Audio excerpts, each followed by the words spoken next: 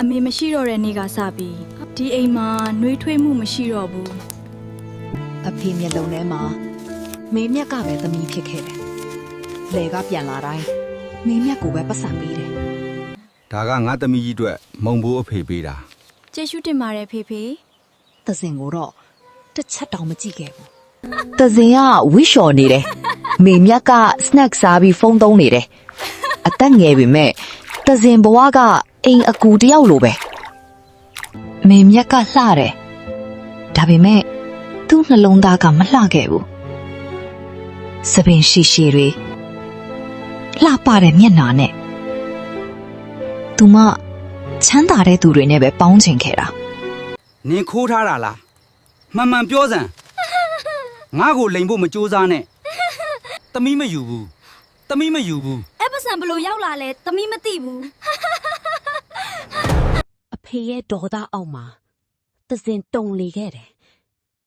ဒါပေမဲ့အဲ့ဒီပစံကိုထဲခဲ့တဲ့သူကမင်းမြတ်ဆိုတာသဇင်မသိခဲ့ဘူးနင်ဘာလို့စရိတ်တပြက်စီနေရတာလဲငါမိသားစုထဲမှာဒါမျိုးနေတာလားဘာမှလို့လဲငါမျက်နှာဘလို့ထားရမလဲနင်ဒီအိမ်မှာမနေတော့နဲ့သဇင်ဘလောက်ရှင်းပြအဖေကမယုံခဲ့ဘူးမိမြတ်ကတော့တိတ်လေးပြုံးနေခဲ့တယ်အမေသာရှိခဲ့ရင်ခုလိုတွေဖြစ်လာမှာမဟုတ်ဘူးအမေကိုတတိယလိုက်တာ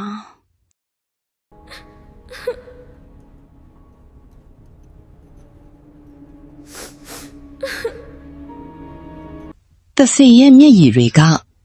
တိတ်လေးကျလာခဲ့တယ်ဒါပေမဲ့ဘယ်သူမှသူ့ဘက်မှာမရှိခဲ့ဘူး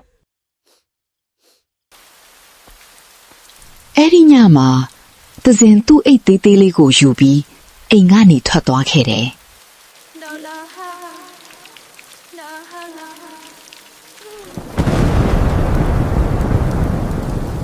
မိုးတွေကတဲထန်စွာရွာသွားနေခဲ့တယ်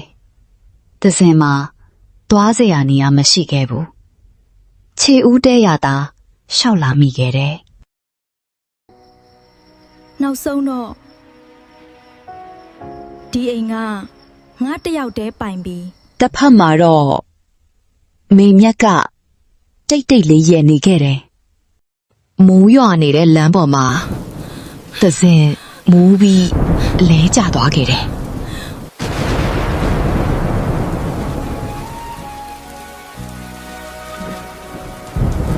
အဲ့ဒီအချိန်မှာပဲအနက်ရောင်ကားတစ်စီးကသူ့မရှိမှရက်လာခဲ့တယ်သဇင်ရဲ့ဘဝပြောင်းလဲတော့မယ်ဆိုတာသူမှမသိခဲ့ဘူးဒီအကောင့်ကနေပြီးဇလန်းတွေကိုအပိုင်းလိုက်တင်ဆက်ပေးမှာမို့ follow လုပ်ထားခဲ့နော်